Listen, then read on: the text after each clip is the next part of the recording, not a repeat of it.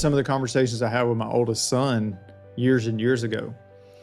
And as he was getting ready to start college, I told him, I said, because he said something about going and getting having a job while he was in college. I was like, dude, I love the idea of you having a job while you're in college. I said, but I'm going to challenge you in thinking, this was his senior year, I'm going to challenge you, instead of thinking about getting a job, figure out how to make some money. Understand what the difference between those two is. And so he pressed into that and ended up creating a couple little side hustles. And it wasn't anything that I just sat down with him and I said, okay, this is what you're going to do. This is how you're going to do it. All that stuff. I just pushed back on his thinking just a little bit. And then he took that and kind of ran with it from that point.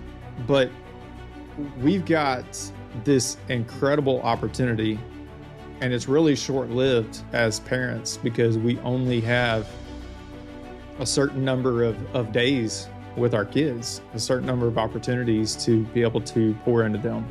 And if we're not being intentional about those days, about those experiences, about those moments, then we're going to miss out on so much. And really, when you think about your life in general, so relating this to our faith, God is very intentional. Like, he didn't just create the world and go, all right, let me just see what happens. Like, if God has the power to speak everything into existence, then he has the power to be very intentional in how that existence is going to operate.